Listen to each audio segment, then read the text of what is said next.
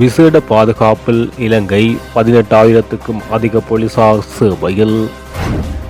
பொங்கலா விரிகுடா கடற்பிராந்தியத்தில் உருவாகியுள்ள தாளமுகம் வழங்கப்பட்டுள்ள அறிவுறுத்தல்.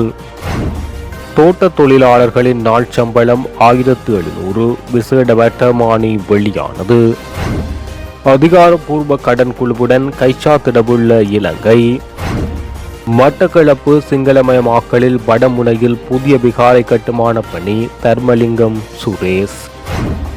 விடுதலை புலிகள் படுகொலை செய்த சிங்கள மக்களை சர்வதேச மன்னிப்பு சபையின் செயலாளர் அக்னஸ் ஏன் நினைவு கூறவில்லை? சரத் வீரசேகர கேள்வி. பலத்த காற்றுடன் கூடிய சீரற்ற காலநிலை, மீன்பிடி நடவடிக்கைகள் பாதிப்பு. ஜனாதிபதி ரணில் விக்ரமசிங்க வடக்குக்கு விஜயம். தொடர்பான விரிவான செய்திகள். விசாக பூரண தினத்தை முன்னிட்டு நாடளாவிய ரீதியில் விசாக தோரணைகள், தனசாலைகள் உள்ளிட்ட சர்வமத நிகழ்வுகள் ஏற்பாடு செய்யப்பட்டுள்ளன. இதற்காக நாடு முழுவதும் விசேட பாதுகாப்பு நடவடிக்கைகள் ஏற்பாடு செய்யப்பட்டுள்ளதாக போலீஸ் மா அதிபர் தேசப்பந்து தென்னக்கோன் தெரிவித்துள்ளார். இதற்காக 18,000க்கும் அதிகமான போலீசார் சேவையில் ஈடுபடுத்தப்பட உள்ளதாக அவர் குறிப்பிட்டுள்ளார். அத்துடன் நாடு முழுவதும் 419 விசாக் வலயங்களும் 321 விசாக தோரணைகளும் அமைக்கப்பட்டுள்ளன. விசாக பூரண தினத்தை முன்னிட்டு இன்றும் நாளையும் 3000க்கும் அதிகமான தானசாலைகள் ஏற்பாடு செய்யப்பட்டுள்ளன. அவற்றின் சுகாதார தரம் தொடர்பில் முழுமையாக ஆய்வு செய்யப்படும் என பொது சுகாதார பரிசோதகர்கள் சங்கத்தின் தலைவர் உப்புல் ரோஹன தெரிவித்துள்ளார். நாட்டில் தற்போது நிலவும் சீரற்ற காலநிலை காரணமாக இதுவரை 4 பேர் உயிரிழந்துள்ளதாக பாதுகாப்பு ராஜாங்க அமைச்சர் பிரேமித பண்டார தென்னக்கோன் தெரிவித்துள்ளார். இமதுவ, ராசகல, மாதம்பே மற்றும் நாத்தாண்டி ஆகிய பிரதேசங்களில் இருந்து இந்த மரணங்கள் பதிவாகியுள்ளதாக அவர் தெரிவித்துள்ளார். மேலும் சீரற்ற காலநிலை காரணமாக 11 மாவட்டங்களில் உள்ள 67,591 பேர் பாதிக்கப்பட்டுள்ளதாக அவர் தெரிவித்துள்ளார். தற்போது வங்காள விரிகுடா கடற்பிராந்தியத்தில் தாளமுகம் உருவாகியுள்ளதாக இலங்கை வளிமண்டலவியல் திணைக்களமும் இந்திய வானிலை ஆய்வு மையமும் தெரிவித்துள்ளன. தென்கிழக்கு வங்காள விரிகுடா மற்றும் அதனையொட்டிய மேற்கு மத்திய வங்காள விரிகுடா கடற்பிராந்தியத்தில் நேற்றிரவு தாளமுக நிலை ஒன்று உருவாகியுள்ளது. இது வடகிழக்கு திசையில் நகர்ந்து படிப்படியாக வலுவடைந்து நாளை ஒரு தாளமுகமாக வலுவடைந்து எதிர்வரும் 25ஆம் தேதியளவில் ஒரு சூறாவளியாக உருவாகலாம் என எதிர்பார்க்கப்படுகின்றது. இந்த சூறாவளிக்கு ஓமான் நாட்டினால் பரிந்துரை செய்யப்பட்ட ரிமால் என்னும் பெயர் இதற்கு வழங்கப்படும் என தெரிவிக்கப்பட்டுள்ளது. இதற்கு எதிர்வரும் 25ஆம் தேதியளவில் வடக்கு ஒரிசா அல்லது மேற்கு வங்கம் பகுதியினூடாக ஊடறுத்து செல்லலாம் என எதிர்பார்க்கப்படுகின்றது. இதேவேளை இலங்கை வளிமண்டலவியல் திணைக்களத்தினால் இன்று வெளியிடப்பட்ட வானிலை முன்னறிவிப்பின்படி இலங்கையின் தென்மேற்கு கடல் பிராந்தியம் மற்றும் தென்கிழக்கு அரேபிய கடல் பிராந்தியத்தில் காற்றானது மணிக்கு 60 தொடக்கம் 70 கிலோமீட்டர் வேகத்தில் வீசுவதுடன் பலத்த மழையும் கடல் கொந்தளிப்பும் காணப்படும் என சுட்டிக்காட்டப்பட்டுள்ளது. இதன் காரணமாக மீனவர்கள் மற்றும் கடல்சார் தொழிலாளர்கள் சிவப்பு நிறம் தீட்டப்பட்ட பிராந்தியங்களில் எவ்வித செயற்பாடுகளிலும் ஈடுபட வேண்டாம் எனவும் திணைக்களத்தினால் வெளியிடப்படும் வானிலை முன்னறிவிப்பை அவதானமாக செவிமடுத்து செயற்படுமாறு அறிவுறுத்தப்பட்டுள்ளனர்.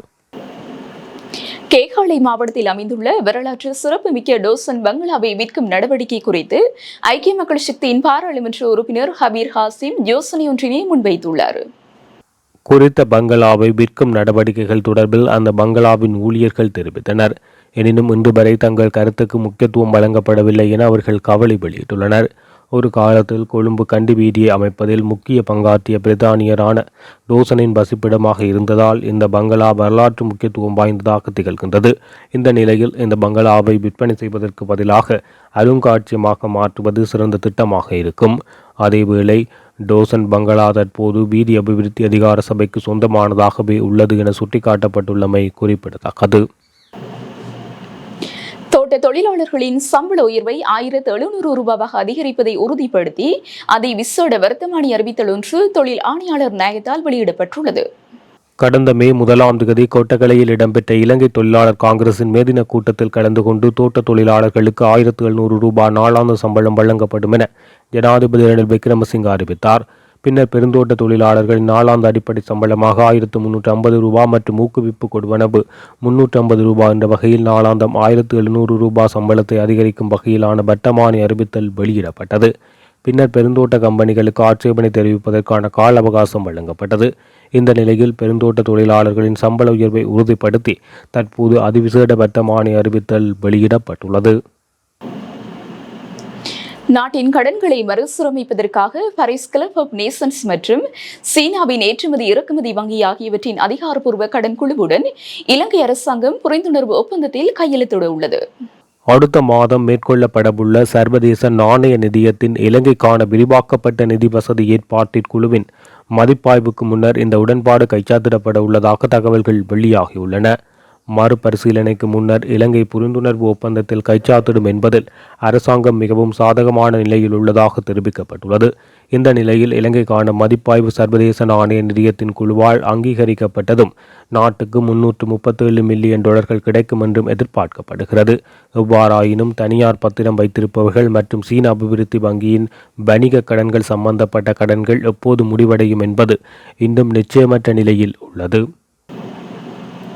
விடுதலை புலிகள் போராளிகளை நினைவுகூர்ந்த சர்வதேச மன்னிப்பு சபையின் செயலாளர் ஆக்னஸ் கலமாட் புலிகளால் படுகொலை செய்யப்பட்ட சிங்களவர்களையும் இராணுவத்தினரையும் ஏன் நினைவுகூரவில்லை என பொதுமக்கள் பாதுகாப்பு அமைச்சர் சரத் வீரசுகர தெரிவித்துள்ளார். இலங்கைக்கான அமெரிக்க தூதுவர் ஜூலி சங் வியன்னா ஒப்பந்தத்துக்கு அப்பாற்பட்டு செயற்படுகிறார் என தேசிய பாதுகாப்பு தொடர்பான துறைசார் மேற்பார்வை குழுவின் தலைவர் சரத் வீரசுகர தெரிவித்துள்ளார். விடுதலை புலிகளுடனான யுத்தம் முடிவுக்கு கொண்டு வந்து 15 ஆண்டுகள் பூர்த்தியடைந்துள்ள நிலையில் யுத்தத்தை முடிவுக்கு கொண்டு வந்த இராணுவத்துக்கு எதிரான செயற்பாடுகள் தீவிரமடைந்துள்ளன. இலங்கை இராணுவத்துக்கு எதிராக அமெரிக்கா கொண்டு வந்த 30 குண்டு பிரேரணைக்கு நல்லாட்சி அரசாங்கம் இணையனுசரணை வழங்கியது. இதன் பின்னரே இராணுவத்துக்கு எதிரான நெருக்கடிகள் அதிகரித்தன. முன்னாள் ஜனாதிபதி கோட்டபய ராஜபக்ச தலைமையிலான அரசாங்கம் 30 குண்டு பிரேரணையில் இருந்து விலகிய போதும் அப்பிரேரணையின் உள்ளடக்கங்கள் செயற்படுத்தப்பட்டுள்ளன. இலங்கை இராணுவத்தினரை சர்வதேச நீதிமன்றத்தில் முன்னிலைப்படுத்த உறுப்பு நாடுகளுடன் கலந்துரையாடியுள்ளதாக ஐக்கிய நாடுகள் மனித உரிமைகள் உயர்ஸ்தானிகர் காரியாலயம் குறிப்பிட்டுள்ளமை அவதானத்துக்குரியது. இவ்விடயம் குறித்து எதிர்க்கட்சியின் நிலைப்பாடு என்ன? விடுதலை புலிகள் போராளிகள் தற்போது பகிரங்கமாக அனுஷ்டிக்கப்படுகிறார்கள். கடந்த வாரம் இடம்பெற்ற நினைவேந்தலில் பலர் பங்கு பெற்றிருப்பார்கள். வெள்ளையர்களும் கலந்து கொண்டார்கள். சர்வதேச மன்னிப்பு சபையின் செயலாளர் நாயகம் ஆக்னஸ் கலாமாட் விடுதலை புலிகள் போராளிகளை நினைவு கூர்ந்தார். இந்த யுத்தத்தில் சிங்களவர்களும் இராணுவத்தினரும் விடுதலை புலிகளால் படுகொலை செய்யப்பட்டார்கள். சர்வதேச மன்னிப்பு சபையின் செயலாளர் ஏன் இவர்களை நினைவு கூறவில்லை? இலங்கைக்கான அமெரிக்க தூதுவர் ஜூலி சங் இலங்கையின் உள்ளக விவகாரங்களில் தலையிடுகிறார். வியன்னா ஒப்பந்தத்துக்கு அப்பாற்பட்டு செயற்படுகிறார். யாழ்ப்பாணத்துக்கு சென்று விடுதலை புலிகள் அமைப்பின் முன்னாள் போராளிகளை சந்தித்து சுயநிர்ணயம் பற்றி பேசியுள்ளார். ஆகவே இவரது செயற்பாடுகள் குறித்து அரசாங்கம் அவதானம் செலுத்த வேண்டும் என தெரிவித்துள்ளார். இனமதம் சாதி கட்சி வேறுபாடின்றி நாம் அனைவரும் ஒன்றிணைந்து நாட்டை கட்டியெழுப்ப வேண்டும் என ஜனாதிபதி ரணில் விக்ரமசிங்கே தெரிவித்துள்ளார். பெசாக் தினத்தை முன்னிட்டு அவர் வெளியிட்டுள்ள வாழ்த்துச் செய்தியில் இதனை தெரிவித்துள்ளார். பெசாக் தினம் என்பது கௌதம புத்தரின் பிறப்பு, ஞானம் பெறுதல் மற்றும் பரிநிர்வாணத்தின் நினைவு கூறும் உலக பௌத்தர்களின் புனித நாளாகும். உள்நாட்டிலும் வெளிநாட்டிலும் உள்ள பௌத்தர்கள் விளக்குகளை ஒளிரவிட்டு வழிபாடுகளுக்கு முன்னுரிமை அளித்து மிகுந்த பக்தியுடன் இதனை கொண்டாடுகின்றனர். சிறந்த நாளைக்காக இன்று தியாகம் செய்வோம் என்ற கௌதம புத்தரின் போதனையின் அடிப்படையில் ஞானம் பெறுவதற்காக புத்தர் கொண்டிருந்த பெரும் உறுதிப்பாட்டை ஒரு நாடாக இந்த இக்கட்டான தருணத்தில் நாம் அனைவரும் வளர்த்து கொள்ள வேண்டும். சப்பத்த சம்மானசோ அனைவரையும் சமமாக நடத்தும் பௌத்த உபதேசத்தை இன்று நாம் நினைவு கூற வேண்டும். அதேபோல் ஒரு நாடாக அதை நடைமுறையில் செயற்படுத்துவதை உறுதி செய்ய வேண்டும்.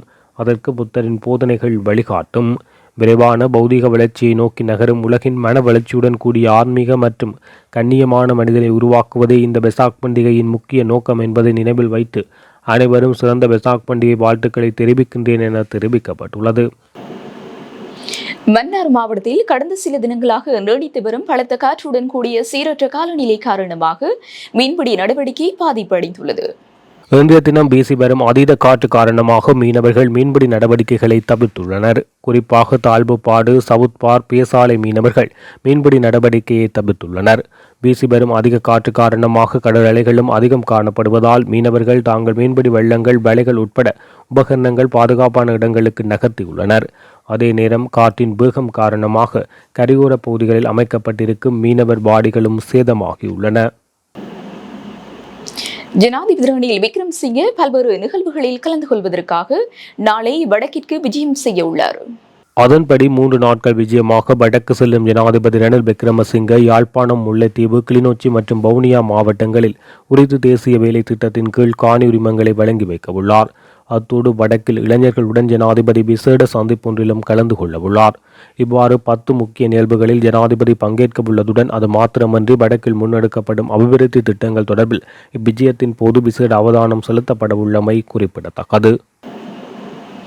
மட்டக்களப்பை சிங்கள மயமாக்கலின் அடிப்படையில் எல்லை கிராமமான கிரான் பிரதேச செயலக பிரிவில் உள்ள வடமுனை கிராம சுகர் பிரிவில் உள்ள நெல்கல் மலையில் இரு ராஜ்யாங்க அமைச்சர்களின் ஆசீர்வாதத்துடன் நெல்கல் மலை கிரீன் விகாரை எனும் பெயரில் புதிதாக விகாரை கட்டும் பணி திருகோணமலை சோமவதி விகாரை விகாராதிபதி தலைமையில் இடம்பெற்று வருகின்றது என தமிழ் தேசிய மக்கள் முன்னணி கட்சி தேசிய அமைப்பாளர் தர்மலிங்கம் சுரேஷ் தெரிவித்துள்ளார். திட்டமிட்ட அடிப்படையில் கிழக்கு சிங்கள தேசத்துக்குள் படிப்படியாக கரைந்து கொண்டிருக்கின்றது. அம்பாறை திருகோணமலை மாவட்டம் முழுவதுமாக சிங்கள தேசத்தின் திட்டமிட்ட அபகரிப்புக்கு உட்பட்டு தமிழ் மக்கள் கையில் இருந்து விடுவிக்கப்படுகின்ற மிகப்பெரிய ஆபத்தான நிலைக்கு போயுள்ளது.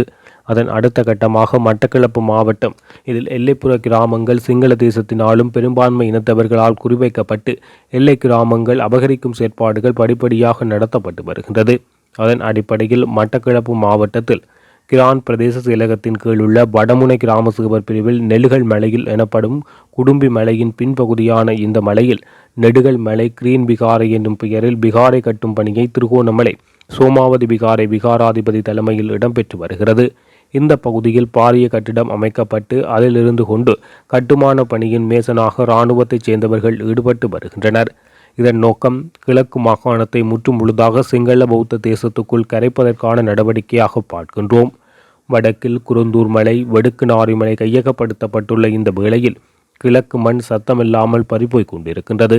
மயிலத்தமடு மேய்ச்சல் தரையில் ரவுண்டப் என்னும் புல்லுக்கு அடிக்கும் மருந்தை அடித்து மேய்ச்சல் புல் தரைகள் அழிக்கப்பட்டு 8000க்கும் மேற்பட்ட மேய்ச்சல் தரை காணிகள் கையகப்படுத்தப்பட்டுள்ளது.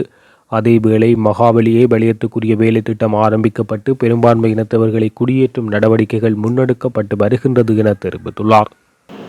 இத்துடன் ஜெஃப்னக்லரியின் மதிய நேர பிரதான செய்திகள் நிறைவடைகின்றன.